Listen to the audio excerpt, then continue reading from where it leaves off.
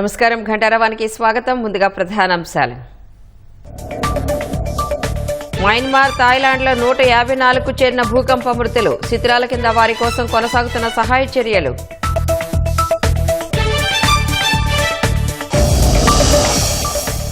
భూకంపంతో అల్లాడిన మయన్మార్కు భారత్ ఆపన్న హస్తం. దాదాపు 15 టన్నులు సహాయ సామాగ్రి తరలింపు.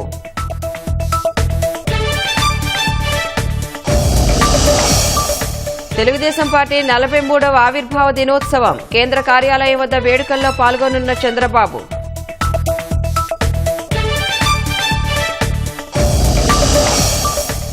అమరావతిని క్వాంటమ్ వ్యాలీగా మార్చేలా ప్రణాళికలు. దేశానికే తలమానికంగా టవర్ నిర్మిస్తామన్న సీఎం.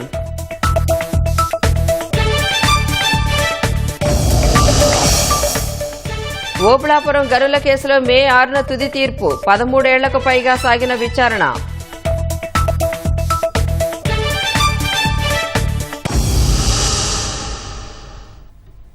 తెలుగుదేశం 43వ ఆవిర్భావ దినోత్సవం సందర్భంగా పార్టీ కేంద్ర కార్యాలయంలో నేడు వేడుకలు జరగనున్నాయి. ఈ కార్యక్రమంలో ముఖ్యమంత్రి, పార్టీ అధినేత చంద్రబాబు, మంత్రి లోకేష్ పాల్గొనున్నారు. ఎన్టీఆర్ భవన్లో చంద్రబాబు, లోకేష్, పల్లా శ్రీనివాసరావు ఇతర నేతలతో కలిసి పార్టీ జెండా ఎగురవేయనున్నారు. కార్యకర్తలు, నాయకులకు భవిష్యత్తు కార్యాచరణపై చంద్రబాబు దిశానిర్దేశం చేయనున్నారు. పార్టీ కార్యాలయానికి సీఎం రాక సందర్భంగా పోలీసులు కట్టుదిట్టమైన ఏర్పాటు చేశారు.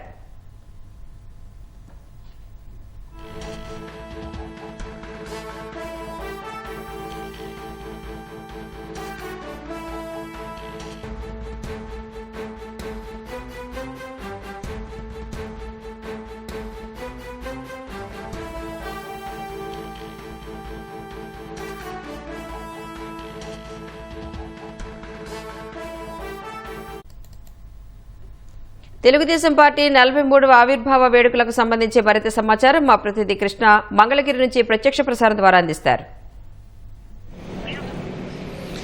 రాణి, తెలుగుదేశం పార్టీ 43వ ఆవిర్భావ దినోత్సవ వేడుకలు మరి కాసేపట్లోనే ప్రారంభం కానున్నాయి. ఏదైతే పార్టీ కేంద్ర కార్యాలయం ఎన్టీఆర్ భవన్లో పార్టీ అధినేత చంద్రబాబు, అలాగే జాతీయ ప్రధాన కార్యదర్శి నారా లోకేష్, ఇతర ముఖ్య నేతలు కూడా పాల్గొని జెండా ఆవిష్కరించనున్నారు. అలాగే ఎన్టీఆర్ విగ్రహానికి ఇక్కడ నివాళులర్పించనున్నారు. అధినేత చంద్రబాబు కూడా నేతలకు సందేశం. ప్రస్తుతం ఈ 43వ ఆవిర్భావ దినోత్సవానికి సంబంధించి మనతో మాట్లాడేందుకు సీనియర్ నేతలు ఉన్నారు. వారిని అడిగి మరిన్ని వివరాలు తెలుసుకుందాం. సార్, చెప్పండి సార్, 43వ ఆవిర్భావ దినోత్సవం సందర్భంగా పార్టీ ఎన్నో ఒడిదుడుకులు ఎదుర్కొంటూ ఈ 43 ఏళ్ల ప్రయాణంలో ఎలాంటి అనుభవాలు చూశారు, ఏంటి? తెలుగుదేశం ఆవిర్భావం తర్వాత, ఎందుకంటే రాజకీయానికి ఒక సరికొత్త మలుపునిచ్చింది తెలుగుదేశం పార్టీ. తెలుగుదేశం పార్టీ పెట్టిన తర్వాతే రాజకీయాలంటే తెలియని ఎంతో మందిని రాజకీయాల్లోకి తీసుకురావడం జరిగింది. సంవత్సరాల తరబడి అణగారిన వర్గాల ప్రజలు ఎవరైతే ఉన్నారో వాళ్ళకి, ఆ కులాలకి ఒక గుర్తింపునిచ్చి ఆ కులాలు ఆత్మగౌరవంతో తలెత్తుకునే విధంగా చేసిన పార్టీ తెలుగుదేశం పార్టీ. నాయకుడు ఎన్టీ రామారావు గారు ఇన్ని 43 సంవత్సరాల సుదీర్ఘ ప్రయాణం తర్వాత కూడా ఈ రోజుకి తెలుగుదేశం పార్టీ ఎన్నో ఒడిదుడుకులు ఉంది. అధికారం ఉంది, కోల్పోయింది. ఎంతోమంది రాజశేఖర్ రెడ్డి లాంటి వాళ్ళు, ఎంతోమందిని ఈ పార్టీ ఉండదనో, లేకపోతే జగన్మోహన్ రెడ్డి లాంటి వాళ్ళు వేల కేసులు పెట్టినా కూడా తెలుగుదేశం పార్టీ కార్యకర్తల బలమే తెలుగుదేశం పార్టీకి బలం. ఇంతమంది కార్యకర్తలు తెలుగుదేశం పార్టీకి ఇప్పటికీ ఉన్నారంటే అది ఎన్టీ రామారావు గారు వేసిన బలమైన పునాది, ఆయన స్ఫూర్తి. ఏదైతే తెలుగుదేశం పార్టీ ఏర్పాటు చేసినప్పుడు ఆయన ఏర్పాటు చేసిన ఫిలాసఫీ ఏదో ఉందో, ఏ కులమైనా ఏ మతమైనా ప్రతి ఒక్కరు ఈ పార్టీ నాది అనుకునే విధంగా ఒక విస్తృతమైన ఒక భావాన్ని ఆయన ఏర్పాటు చేయడం జరగటం వలన ఎన్ని ఒడిదుడుకులు ఉన్నా కూడా ఇప్పటికీ తెలుగుదేశం పార్టీ ఒక ప్రాంతీయ పార్టీ కాదు, దేశ రాజకీయాలను శాసించే పార్టీగా ఎన్టీ రామారావు గారు, చంద్రబాబు గారు దీన్ని తీర్చిదిద్దటం జరిగింది. అదే తెలుగుదేశం పార్టీ బలం. ఇప్పటికీ ఎంతోమంది కార్యకర్తలు తెలుగుదేశం పార్టీ జెండాన్ని పట్టుకొని ఎంతో స్ఫూర్తినిస్తూ ఉన్నారు. వాళ్ళందరికీ కూడా ఈరోజు ఎంతోమంది సమిధులయ్యారు. ఈ పార్టీలో ఆస్తులు కోల్పోయారు, ప్రాణాలు కోల్పోయారు. వాళ్ళందరికీ కూడా ఘనమైన నివాళులు ఈ సందర్భంగా అర్పిస్తూ ఉన్నాం. మేడం, మీరు చెప్పండి, మీ రాజకీయ ప్రయాణంలో పార్టీ మీకు ఎలాంటి గుర్తింపు లభించింది, ఏంటి, ఎక్కడి నుంచి మీ రాజకీయ జీవితం అనేది ప్రారంభమైంది ఇప్పటి వరకు? ఒక టీచర్ స్థాయి నుంచి, ఒక సామాన్య టీచర్ పొజిషన్ నుంచి కూడా ఈరోజు ఒక హోమ్ మినిస్టర్ పొజిషన్కి తీసుకొచ్చిందంటే అది తెలుగుదేశం పార్టీ, నందమూరి తారక రామారావు గారు వేసిన బీజం. తండ్రి స్థానంలో ఉండి మోస్తున్న చంద్రబాబు నాయుడు గారి తాలూకా అంటే నాకు ఒకటి విషయం చెప్పాలంటే ఆయన నాకు ఇచ్చిన ఒక బహుమతి అయినా చెప్పాలి. అదేవిధంగా కార్యకర్తలందరూ కూడా నిలబడిన పరిస్థితి. ఎన్నో ఒడిదుడుకులు ఎదుర్కొన్నారు. నేను చరిత్ర మనం చూసుకుంటే జనరల్గా నేను పార్టీ పుట్టేటప్పుడు నేను చాలా చిన్నపిల్లని, కానీ అప్పటి నుంచి ఇప్పటి వరకు కూడా చూసుకున్నా ఎన్నో ఒడిదుడుకులు ఎదుర్కొన్నారు. చాలామంది నిన్నగాక మొన్న 1924 టైంలో చాలామంది మునిగిపోయిన పార్టీ, ముంచేసాము అది ఇది అని మాట్లాడిన పార్టీ. ఒకటేంటంటే అర్థమైంది, తెలుగుదేశం పార్టీని ముంచేవాడు ఇంకా పుట్టలేదు, పుట్టబోడు కూడా. తెలుగుదేశం పార్టీ తను మునగదు, ఎవరిని కూడా మునగనివ్వదు. ముఖ్యంగా మానవత్వమే ఎజెండాగా పుట్టిన పార్టీ. ముఖ్యంగా ఈ విషయంలోని మానవత్వమే ఎజెండాగా పుట్టిన పార్టీకి తాతకు తగ్గ మనవుడిగా ఈరోజు నారా లోకేష్ బాబు గారు చేస్తున్న పనులు కానీ, తండ్రికి తగ్గ తనయుడిగా నేర్చుకునే విధానంలో కూడా తండ్రికి తగ్గ తనయుడిగా లోకేష్ గారు చేసే విధానం కానీ ఈరోజు ఒక భావి తెలుగుదేశం పార్టీకి ఒక దిక్సూచిలా కనిపించే పరిస్థితి కనిపిస్తూ ఉంది. ఒకటే నేను చెప్తున్నానండి, తెలుగు రాష్ట్రాల్లో ఉన్న తెలుగు ప్రజలందరికీ కూడా ఆవిర్భావ దినోత్సవ శుభాకాంక్షలు తెలియజేసుకుంటున్నాం. చంద్రబాబు నాయుడు గారి కృషి, నారా లోకేష్ గారి స్ఫూర్తి, అతి ముఖ్యంగా ఈ పార్టీని పెట్టిన నందమూరి తారక రామారావు గారి ఆశీస్సులు, తెలుగు జాతి ఉన్నంత వరకు కూడా తెలుగు ప్రజలు మర్చిపోలేని, తెలుగు ప్రజలు వీడిపోలేని బంధం తెలుగుదేశం పార్టీ. అలాంటి తెలుగుదేశం పార్టీలో ఒక కార్యకర్తగా ఉన్నందుకు ఈరోజు నేను చాలా గర్వపడుతున్నా, నా పూర్వజన్మ సుకృతంగా భావిస్తున్నాను. తెలుగుదేశం పార్టీలో బలుగుబడి ఎలాంటి గుర్తింపు లభిస్తూ వచ్చింది స్టార్టింగ్ నుంచి? అందరికీ నమస్కారం. తెలుగుదేశం పార్టీ సమాజంలో అన్ని అట్టడుగు వర్గాల అభ్యున్నతి కోసం ఏర్పాటు చేయబడిన పార్టీ. ఈరోజు వ్యవస్థాపక దినోత్సవ శుభాకాంక్షలను తెలియజేస్తూ 43 సంవత్సరాలు పూర్తయి 44వ సంవత్సరంలో అడుగు పెడుతుంది. దీని యొక్క ఆశయం ఉదాత్తమైన ఆశయం. సమాజం ప్రజలు దేవుళ్ళు. పేదవాడికి పట్టి అన్నం పెట్టలేని పార్టీలు ఎందుకు, రాజకీయాలు ఎందుకు అని ప్రశ్నించిన అన్న నందమూరి తారక రామారావు ఆశయాలతో ఏర్పాటైన ఈ రాజకీయ పార్టీలో అన్ని వర్గాలు సమాదరణకి చూస్తూ ఉన్నారు. ముఖ్యంగా 43 సంవత్సరాల చరిత్రలో నేను విద్యార్థి దశ నుంచి కూడా తెలుగుదేశం పార్టీలో ఉన్నాను. నాకు 20 సంవత్సరాల నుంచి తెలుగుదేశం పార్టీతో అనుబంధం ఉంది. ఎటువంటి పరిస్థితుల్లో అన్ని వర్గాలని చాలా చక్కగా ఆదరించగలిగేది. అంతేకాదు అన్ని వర్గాల యోగక్షేమాలతో పాటు సంక్షేమంతో పాటు అన్ని వర్గాల ప్రయోజనాలు ఏవైతే ఉన్నాయో వాళ్ళ కోసం అనేక సంక్షేమ పథకాలు, అభివృద్ధి కార్యక్రమాలు ప్రత్యేకంగా ఏర్పాటు చేయదగ్గ పార్టీ చేసిన పార్టీ తెలుగుదేశం పార్టీ అని తెలియజేస్తూ, ప్రత్యేకంగా చంద్రబాబు గారి నాయకత్వం భవిష్యత్తుని సూచిస్తూ ఉంది. ఆయన యొక్క దిశ నిర్దేశం వల్ల రాష్ట్రంలో ప్రస్తుతానికే కాదు రాబోయే 20 సంవత్సరాలు 25 సంవత్సరాలు ఏ రకంగా ఉండాలి, పార్టీ ఏ విధంగా ఉండాలి, సమాజం ఏ రకంగా ఉండాలి, ప్రజలు ఏ విధంగా ఉండాలి, నాయకత్వం ఏ రకంగా ఉండాలి అనే అంశాల మీద ప్రత్యేకంగా శ్రద్ధ తీసుకుంటారు. అదేవిధంగా భవిష్యత్తు నాయకత్వం నారా లోకేష్ గారి చేతిలో సురక్షితంగా ఉంటుందని భావిస్తారు. భూమిరెడ్డి గారు మీరు చెప్పండి సార్, సంక్షోభాలను అవకాశాలుగా మలుచుకున్న క్లిష్ట పరిస్థితులను ఎలా ఎదుర్కొన్నారు ఏంటి పార్టీలు? ఈరోజు తెలుగుదేశం పార్టీ ఆవిర్భవించి 43 వసంతాలు పూర్తి చేసుకుని 44వ సంవత్సరంలోకి అడుగు పెట్టడం జరిగింది. 3 సంవత్సరాల్లో తెలుగుదేశం పార్టీలో అనేక రకాలైన సంక్షోభాలను ఎదుర్కోవడం జరిగింది. అనేక రకాలైన సంక్షోభాలు వచ్చినప్పటికీ ధైర్యంగా ఎదురెడ్డి నిలబడి ఆ సంక్షోభాలన్నింటినీ కూడా ఎదుర్కొని విజయం సాధించడం జరిగింది. ముఖ్యంగా పార్టీ ఆవిర్భవించిన 2 సంవత్సరాలకి 1984లో అప్పటి కాంగ్రెస్ పార్టీ ఇందిరాగాంధీ ప్రధానమంత్రిగా ఉన్నప్పుడు తెలుగుదేశం పార్టీని ఈ రాష్ట్రంలో నామరూపాలు లేకుండా చేయాలని చెప్పి స్వర్గీయ నందమూరి తారక రామారావు గారిని ఆ రోజు బర్తరఫ్ చేయడం జరిగింది. ఆ బర్తరఫ్ నుంచి ఆ రోజు చంద్రబాబు నాయుడు గారి చొరవతో మొత్తం ఎమ్మెల్యేలందరినీ కూడగొట్టి మళ్ళీ నందమూరి తారక రామారావు ఈ రాష్ట్ర ముఖ్యమంత్రిగా మళ్ళీ ఆయన పదవిలో కూర్చునేంత వరకు ఈ రాష్ట్రంలో జరిగిన పోరాటాలు కానీ, ప్రజాస్వామ్య పరిరక్షణ ఉద్యమాలు కానీ ఈ దేశ ప్రజాస్వామ్యంలోనే ఒక గొప్పగా చెప్పుకునే సంఘటనలు. తర్వాత లక్ష్మీపార్వతి గారు 1995లో తెలుగుదేశం చేసేటప్పుడు కూడా ఏ విధంగా చంద్రబాబు నాయుడు గారు దాన్ని చేయడం జరిగింది చూసాం. తర్వాత 2004 నుంచి 2014 సంవత్సరం వరకు కాంగ్రెస్ పార్టీ అధికారంలో ఉన్నప్పుడు ఏ విధంగా తెలుగుదేశం పార్టీ కార్యకర్తలను వేధించడం కానీ, చంపడం కానీ, ఆస్తులను విధ్వంసం చేయడం కానీ, ఆ పరిస్థితుల్లో కూడా చంద్రబాబు నాయుడు గారు కార్యకర్తలకు నిరంతరం అండదండగా ఉండి కార్యకర్తలను, నాయకులందరినీ కూడా కాపాడుకోవడం జరిగింది. ముఖ్యంగా ఆ సమయంలో పైటాల రవి లాంటి అనేక మంది ప్రముఖ నాయకులు కార్యకర్తలు అధైర్యపడకోకుండా పార్టీని ముందుకు నడిపించడం జరిగింది. అంతేకాకుండా సమైక్యాంధ్ర ఉద్యమంలో కూడా అనేక రకాలైన ఇబ్బందులు వచ్చినప్పటికీ కూడా పార్టీని ఆయన ఎలాంటి ఇబ్బందులు పడుకోకుండా ముందుకు నడిపించి 2014లో మళ్ళీ అధికారంలోకి రావడం జరిగింది. ముఖ్యంగా అత్యంత దుర్భరమైన కాలం ఏంటంటే 2019 నుంచి 2014 మధ్య కాలంలో జగన్మోహన్ రెడ్డి గారు ముఖ్యమంత్రిగా ఈ రాష్ట్ర ప్రజలకు దురదృష్టకరమైన దినాలే. అంతేకాకుండా తెలుగుదేశం పార్టీ కూడా అనేక రకాల గురి చేయడం జరిగింది. రాష్ట్రంలో ఉన్న ప్రముఖ నాయకులందరినీ కూడా అనేక రకాలుగా వేధింపులు చేసి జైల్లో పెట్టడం, హత్యలు చేయడము, అలాగే ఆస్తులు విధ్వంసం చేయడము, రకరకాలుగా ఇబ్బందులు పెట్టడం జరిగింది. ఇవన్నీ కూడా ఆ సమయంలో కూడా ప్రజాస్వామ్యాన్ని రక్షించేదానికి, తెలుగుదేశం పార్టీని కాపాడుకునేదానికి అటు బాబు గారు కానీ లోకేష్ గారు కానీ వాళ్ళు చేసిన కృషి నిర్విరామమైనది, అజరామరమైనది. అంతేకాకుండా లోకేష్ బాబు గారి పాదయాత్ర ఈ రాష్ట్ర రాజకీయాల్లో అదేవిధంగా తెలుగుదేశం పార్టీలోనే పెను సంచలనమే చెప్పాల్సింది. ఆ రోజు లోకేష్ బాబు గారిని పాదయాత్రను అడుగడుగును అడ్డుకోవాలని చెప్పి జీవో నెంబర్ 1 తీసుకొని వచ్చి ఏ విధంగా తెలుగుదేశం పార్టీని పాదయాత్రను అడ్డుకోవాలని చూశారో కూడా మనం చూసాం. వాటన్నిటిని కూడా ఆ ప్రతికూల పరిస్థితులన్నింటినీ కూడా తట్టుకొని పాదయాత్రను ముందుకు తీసుకొని పోయి 2024లో జరిగిన ఎన్నికల్లో ఏ విధంగా అఖండ విజయం సాధించామో చూసాం.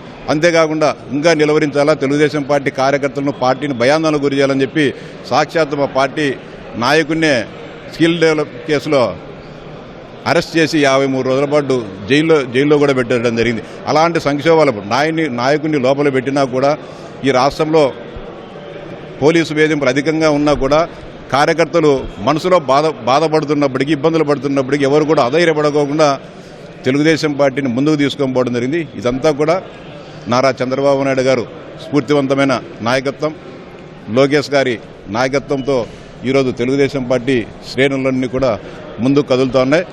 ఈ ప్రపంచం ఉన్ననాళ్ళు కూడా ఖచ్చితంగా తెలుగుదేశం పార్టీ అజరామరంగా ఈ రాష్ట్రంలో వర్ధిల్లుతుంది. 40 ప్రయాణంలో మీ అనుభవాలు?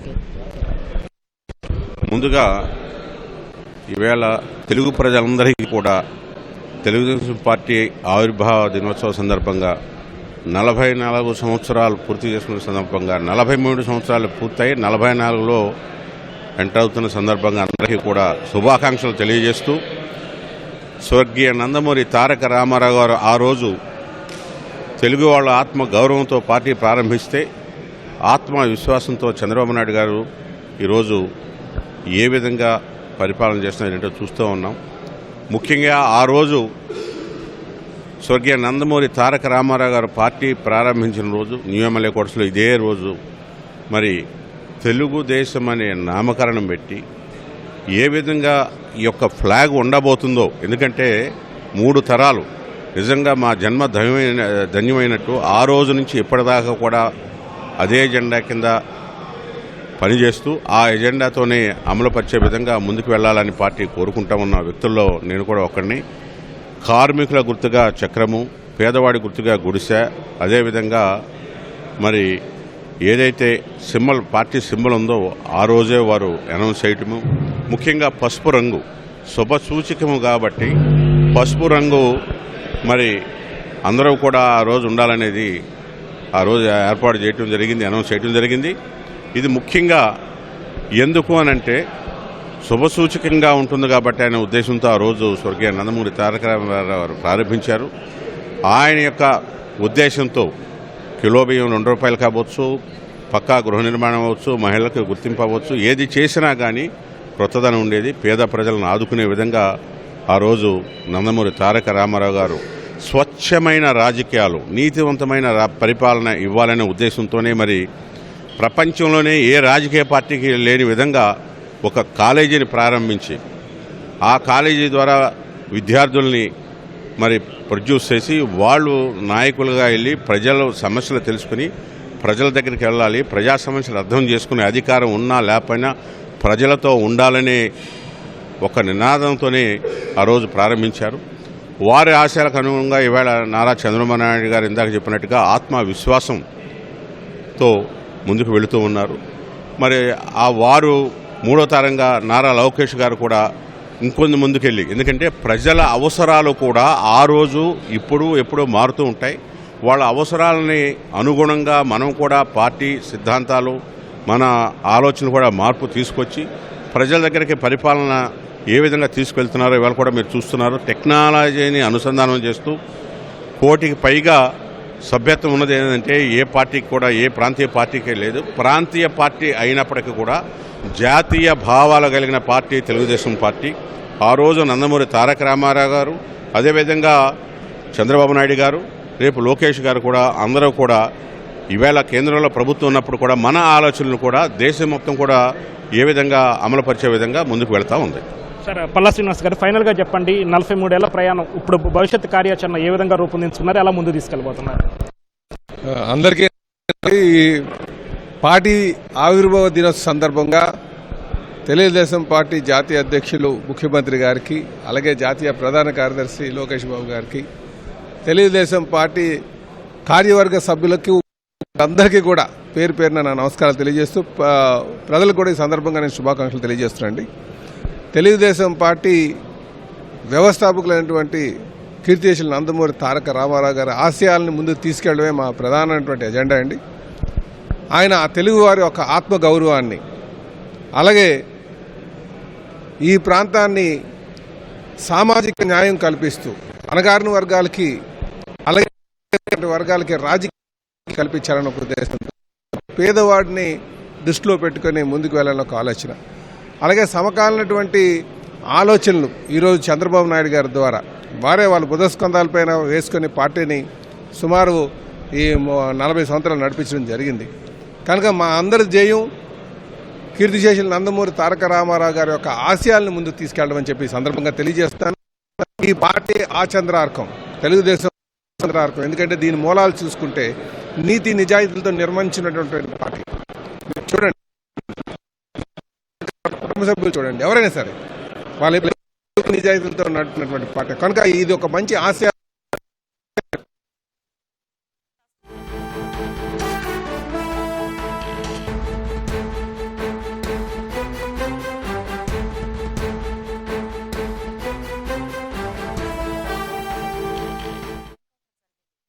ఛత్తీస్గఢ్ సుక్మా జిల్లాలో భారీ ఎన్కౌంటర్ జరిగింది. మరింత సమాచారం మా ప్రతినిధి లింగయ్యని అడిగి తెలుసుకుందాం. లింగయ్య, ఎన్కౌంటర్ కు సంబంధించిన తాజా సమాచారం ఏంటి?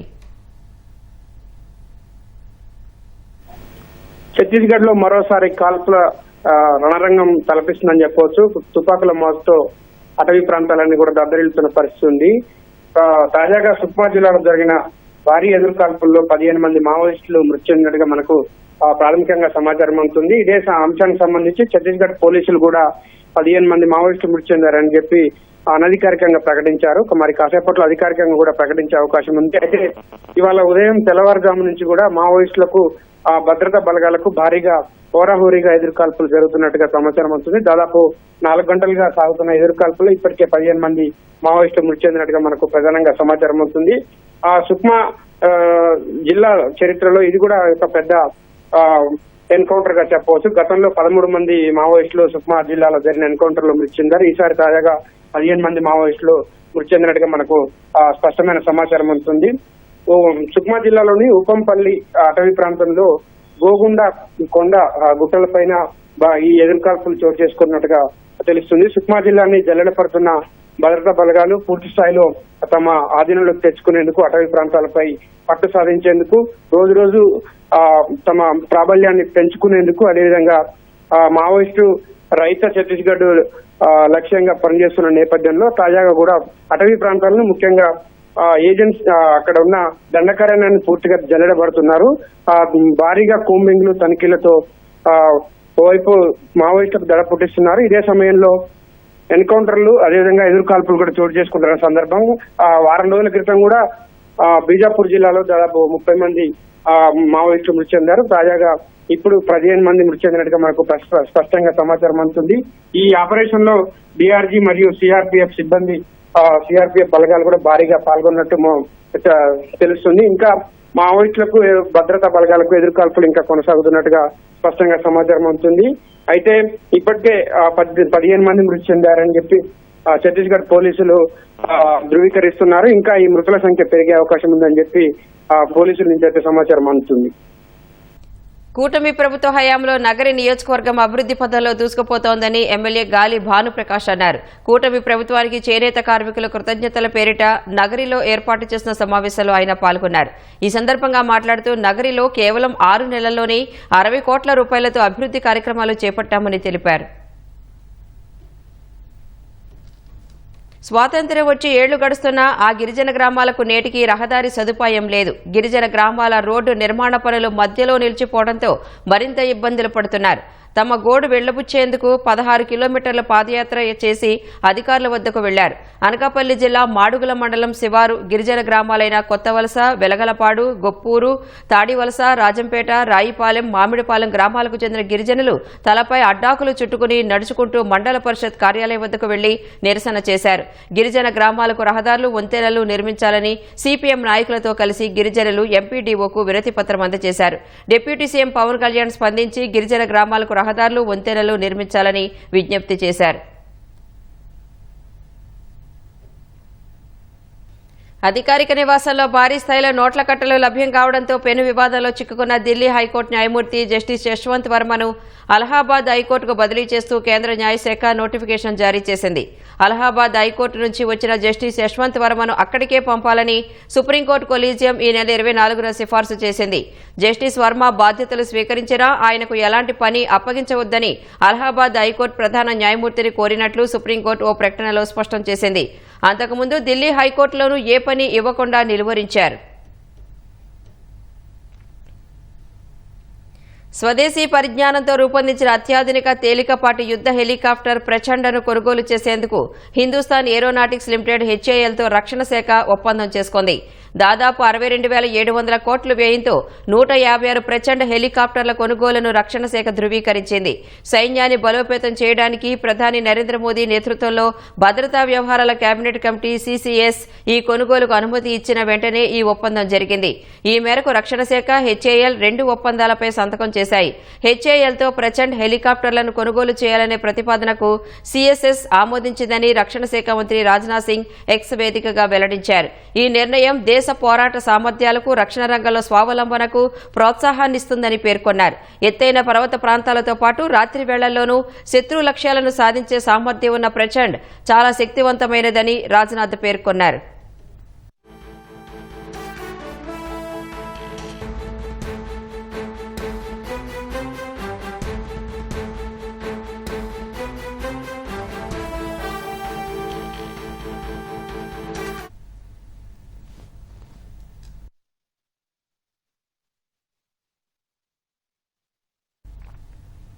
భారీ భూకంపంతో అతలాకుతలమైన మయన్మార్కు భారత్ ఆపన్నహస్తం అందించింది. మయన్మార్ను ఆదుకుంటామని ప్రధాని నరేంద్ర మోదీ చేసిన ప్రకటన మేరకు ఆ దేశాన్ని ఆదుకునేందుకు దాదాపు 15 టన్నుల సహాయ సామాగ్రిని పంపింది. భూకంప బాధితులను ఆదుకునేందుకు టెంట్లు, స్లీపింగ్ బ్యాగులు, దుప్పట్లు, ఆహారం, నీటిని శుద్ధి చేసే పరికరాలు, సౌర దీపాలు, జనరేటర్ సెట్లతో పాటు మందులను పంపింది. ఈ మేరకు సహాయ సామాగ్రిని సైనిక రవాణా విమానంలో కేంద్రం పంపింది.